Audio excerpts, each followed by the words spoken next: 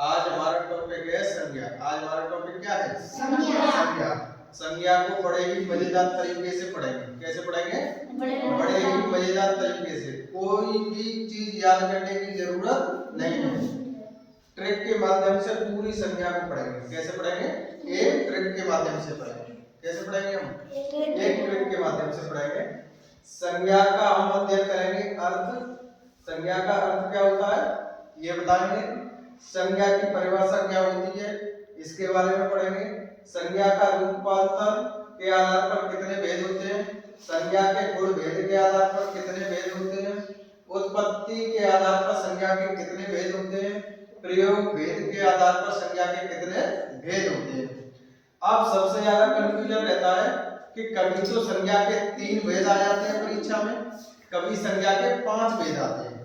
तो हमें कंफ्यूजन में बिल्कुल नहीं रहना है। अगर वो बोले कि उत्पत्ति के आधार पर, किसके आधार पर? उत्पत्ति के आधार पर संज्ञा के कितने भेद हैं, तब हमारा आंसर हो 3। तब हमारा आंसर कितना होना चाहिए? व्यक्तिवाचक, जातिवाचक और भाववाचक। यहाँ तक बात समझ गए कि नहीं? अगर प्रयोग भेद या सामान्य आधार पर डायरेक्ट पूछ लिया जाए कि संज्ञा के कितने भेद होते हैं, तब हम बताएंगे 5। डायरेक्ट प्रश्न पूछ लिया जाए कि संज्ञा के कितने भेद होते हैं, तब हम बताएंगे कितने? 5। केवल कंडीशन उत्पत्ति के आधार पर पूछे, केवल कंडीशन में क्या लिखा हो? उत्पत्ति के आधार पर संज्ञा के कितने भेद होते हैं, तब हम बताएंगे केवल 3 भेद होते हैं। कितने भेद होते हैं? 3 भेद होते हैं। अब बात करें संज्ञा के अर्थ की, तो संज्ञा का अर्थ होता है नाम। संज्ञा का अर्थ क्या होता है? नाम।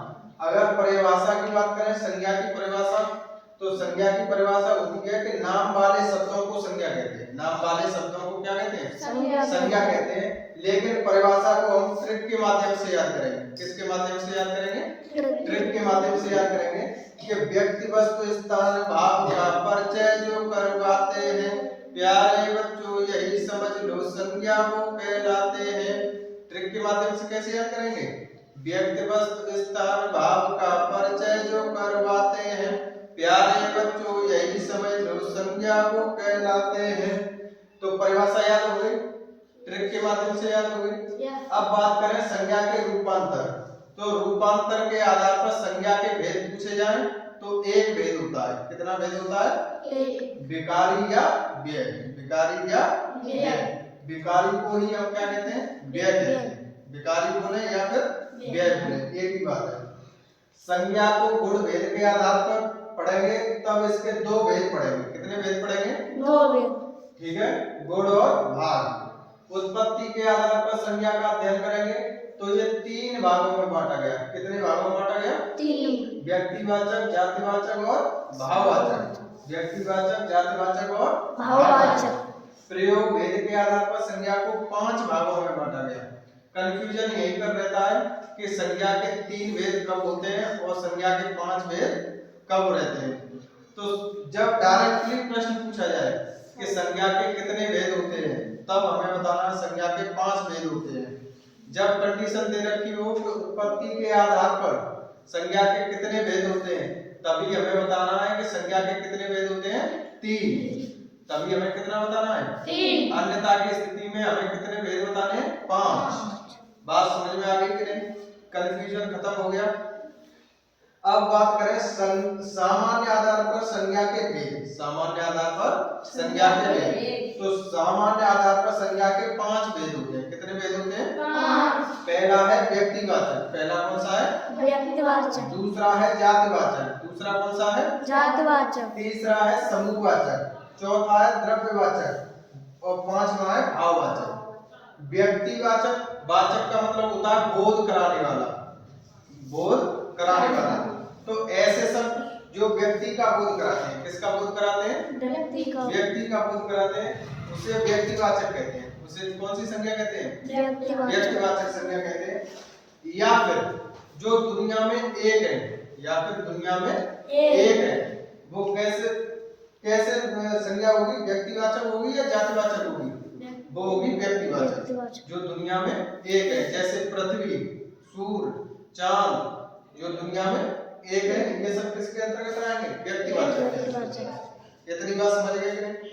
अब जैसे मैंने लिख दिया मनोज, मनोज किसी व्यक्ति का क्या हो गया, नाम हो गया। तो जिसका भी नाम हो वो सब किस में आएंगे, व्यक्तिवाचक में। जैसे मैंने लिख दिया शहर, शहर, अगर किसी शहर का नाम लिख दिया जैसे कानपुर, एटा, लखनऊ, ये सब किस में आएंगे, व्यक्तिवाचक। और केवल शहर लिख दिया तो जातिवाचक। समझ गए मेरी बात। जैसे मैंने कहा लड़का, तो लड़का हो गया जातिवाचक।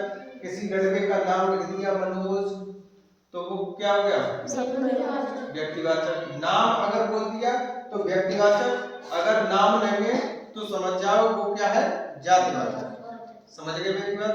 जैसे मैंने कहा लड़की, मैंने कहा डीएम, जातिवाचक।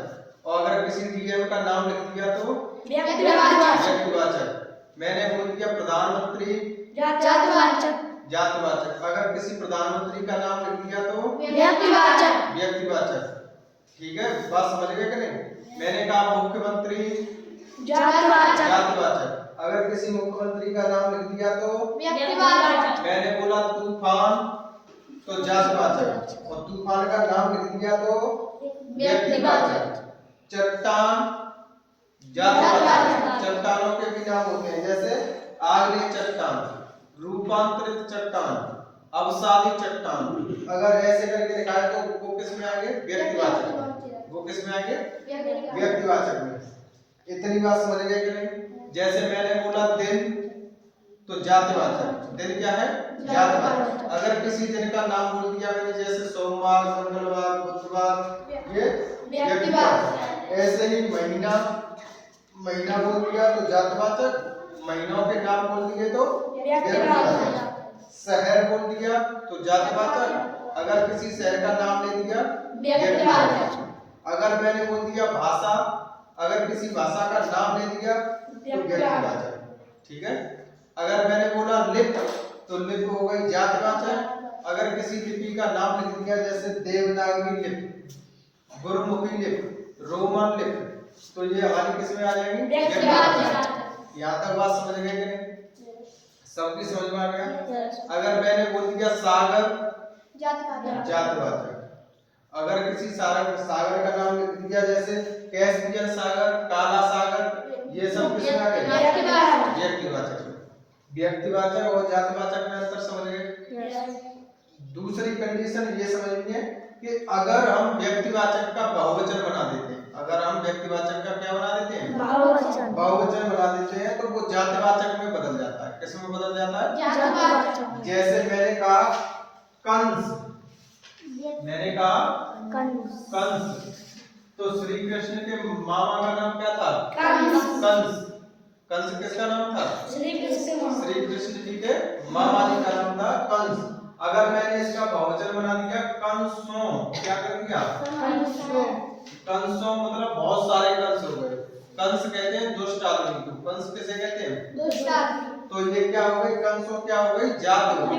क्या हो गई, जाति हो गई। जैसे मैंने कहा गांधी, गांधी, फिर मैंने कर दिया गांधियों, क्या कर दिया, गांधियों, तो ये कैसी संज्ञा हो गई, गांधियों, जातिवाचक। गांधियों कैसी संज्ञा हो गई, जातिवाचक। और गांधी जी, गांधी जी कैसी संज्ञा हो गई, व्यक्तिवाचक। ठीक है, बात समझ गए कि नहीं।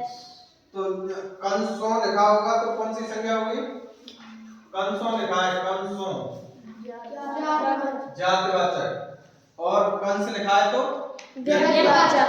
तो इसका मतलब ये समझ गए हम कि व्यक्तिवाचक का अगर बहुवचन बनाएंगे तो वो किस में परिवर्तित हो जाएगा, जातिवाचक। यहाँ तक बात समझ गए। अब बात करें हम किसकी, समूहवाचक की। तो समूहवाचक में क्या है कि समूह बनेगा, क्या बनेगा, समूह बनेगा, या बहुत सारे लोग इकट्ठे होंगे तभी समूह बनेगा, या बहुत सारे फल इकट्ठे होंगे, या एक ही फल के कई सारे रूप होंगे, उसी को हम क्या कहेंगे, समूहवाचक कहते हैं। जैसे वर्ग, टीम, सभा, समिति, आयोग, परिवार। अब प्रश्न कई बार पूछा गया है कि परिवार में कैसी संज्ञा है, परिवार में कैसी संज्ञा है? तो परिवार में समूहवाचक संज्ञा है। कैसी संज्ञा है? समूहवाचक संज्ञा है, क्योंकि परिवार में बच्चे, बच्चियां, दादा, पापा, ताऊ सब लोग रहते हैं। ठीक है, तो वो एक क्या बनता है? समूह बनता है। क्या बनता है हमारा? अब जैसे पुलिस में क्या है? एक व्यक्ति को पुलिस नहीं बोलेंगे। पुलिस क्या है? एक व्यक्ति को पुलिस नहीं कह सकते। तो पुलिस का मतलब क्या है कि उसमें लड़के भी होंगे और लड़कियां भी होंगी। तो क्या बनेगा? पुलिस का एक समूह बनेगा। सेना, ऐसे ही सेना में बहुत सारे सैनिक होंगे, तभी जाके उसे क्या बोलेंगे? सेना बोलेंगे। अधिकारी गण, यानी अधिकारियों का समूह। गण का मतलब होता है समूह। गण का मतलब क्या होता है? समूह। ऐसे ही कर्मचारी गण, गण का मतलब समूह, यानी कर्मचारियों का समूह।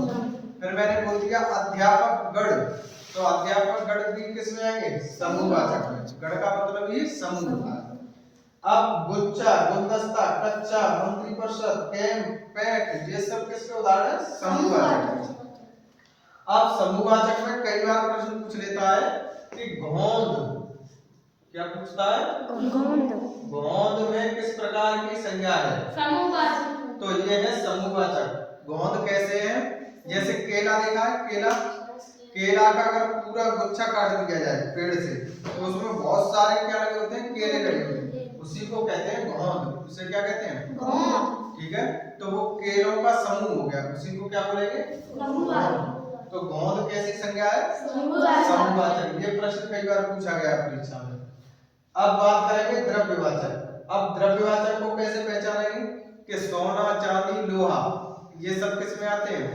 द्रव्यवाचक में। सोना, चांदी, लोहा, लकड़ी, ये सब किस में आते हैं? द्रव्यवाचक में। या फिर तरल पदार्थ जितने भी हैं नाप तौल वाले, जैसे दूध, घी, दही, रिफाइंड, ये सब किस में आएंगे?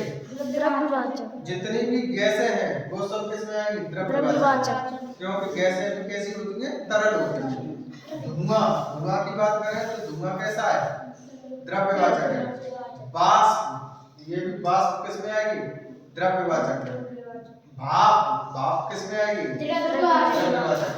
अब बात करते हैं हम भाववाचक की। किसकी बात करेंगे? भाववाचक की। तो भाववाचक को पहचानने की मैंने ट्रिक लिख दी है कि पन, आपा, तो आई, पन, आपा, तो आई, ई, ये प्रत्यय जुड़े हो तो समझ जाओ वो भाववाचक संज्ञा है।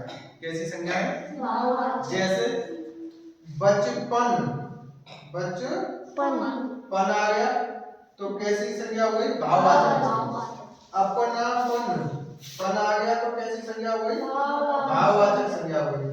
चढ़ाई, ई आ गई, चढ़ाई, ठीक है, भाववाचक। बुराई, भाववाचक। चोरी, भाववाचक। समझ गए? ईमानदारी, भाववाचक। मक्कारी, भाववाचक। ठीक है। अब यहाँ से सबसे ज्यादा प्रश्न पूछे जाते हैं कि शैशव में कौन सी संज्ञा है? तो शैशव में कौन सी संज्ञा है? भाववाचक। शिशु से बना है शैशव। शिशु बोलेंगे तो जातिवाचक। शिशु माने क्या होता है? बच्चा। शिशु माने क्या होता है? बच्चा। शिशु से भाववाचक बना है क्या? शैशव। शिशु से क्या बना है? शैशव। अब प्रश्न पूछा जाता है कि बुढ़ापा, आपा लिखा है यहाँ पे, आपा, बुढ़ापा, ठीक है, तो ये कैसी संज्ञा हो गई? भाववाचक। यानी बूढ़ा से बना है, बूढ़ा हमारी कैसी है? जातिवाचक संज्ञा है। बूढ़ा से बना है बुढ़ापा, बुढ़ापा। आपा आ गया तो आपा से समझ जाएंगे कि कौन सी संज्ञा हो गई? भाववाचक संज्ञा हो गई। जैसे चतुराई, ई आ गया तो ये कैसी संज्ञा हो गई? भाववाचक। सबसे ज्यादा प्रश्न पूछा जाता है त्व से। जैसे इसमें लिखा है त्व, ट्रिक में क्या लिखा है? त्व। जैसे ममत्व, गुरुत्व, पुरुषत्व, ये सब किसके उदाहरण है? भाववाचक संज्ञा के उदाहरण है। किसके उदाहरण है? भाववाचक। अगर भाववाचक संज्ञा का अगर हम बहुवचन बना दें, क्या बना दें? बहुवचन बना दें तो ये समूहवाचक में बदल जाती है। किस में बदल जाती है? समूहवाचक में बदल जाती है। जैसे तो मैंने कह दिया चढ़ाई और फिर मैंने कह दिया इसका बहुवचन बना दिया चढ़ाइयाँ, तो यानी बहुत सारी चढ़ाइयाँ हुई, यानी चढ़ाइयों के क्या बन गए? समूह बन गए। समझ गए कि नहीं? मैंने बोल दिया बुराई, तो एक बुराई हो गई, तो यानी भाववाचक हो गया। फिर मैंने कह दिया बुराइयां, बहुत सारी बुराइयां हो गई, तो यानी बुराइयों का क्या बन गया, समूह बन गया। उसी को हम क्या कहेंगे, समूहवाचक संज्ञा कहेंगे। समझ गए मेरी बात? यानी भाववाचक संज्ञा का अगर बहुवचन बनाते हैं तो कौन सी संज्ञा बनती है, समूहवाचक। अगर व्यक्तिवाचक का बहुवचन बनाते हैं तो जातिवाचक। कौन सी संज्ञा बनती है, जातिवाचक। समझ गए मेरी बात? अगर प्रश्न पूछा गया है, प्रश्न कई बार परीक्षा में पूछा गया है कि आज हमारे देश में, आज हमारे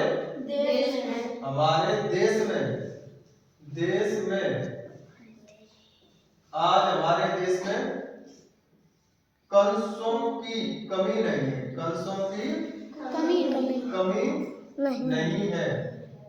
अब नहीं है, अब अंडरलाइन कर दिया कंसों के नीचे। अंडरलाइन किसके नीचे, कंसों के नीचे। अब निम्नलिखित शब्द में कौन सी संज्ञा होगी, तो शब्द क्या लिखा है, कंसों।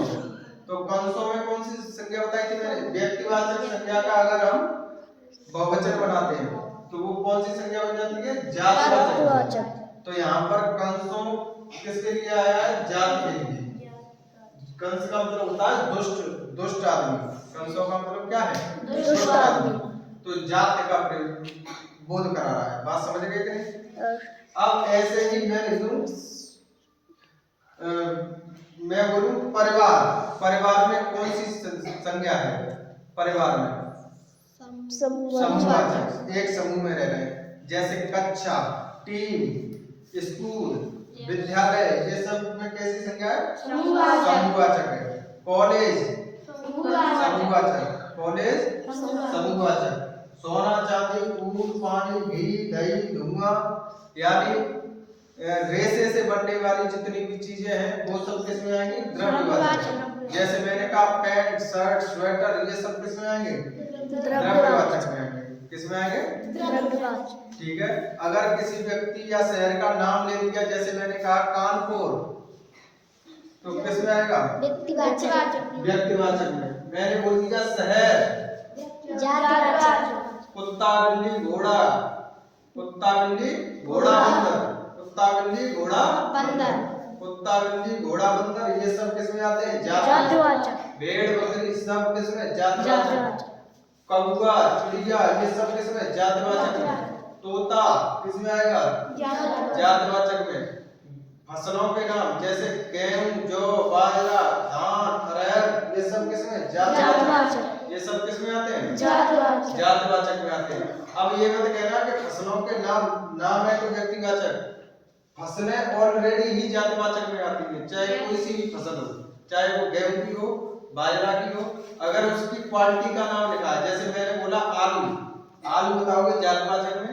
मैंने बोल दिया हाइब्रिड आलू, तब किस में आएगा, व्यक्तिवाचक। समझ गए? मैंने बोल दिया 345 पूसा, तो ये धान की किस्म का नाम है, तो ये किस में आएगा, व्यक्तिवाचक। मैंने सीधा बोल दिया धान, जातिवाचक में। मैंने बोल दिया जौ, जातिवाचक में। बाजरा, जातिवाचक में। गेहूं, चावल, जातिवाचक में। कुत्ता, और कुत्ता का मैंने नाम ले दिया, जैसे टफी, व्यक्तिवाचक में। ठीक है। कुत्ता बिल्ली बंदर, कुत्ता बिल्ली बंदर।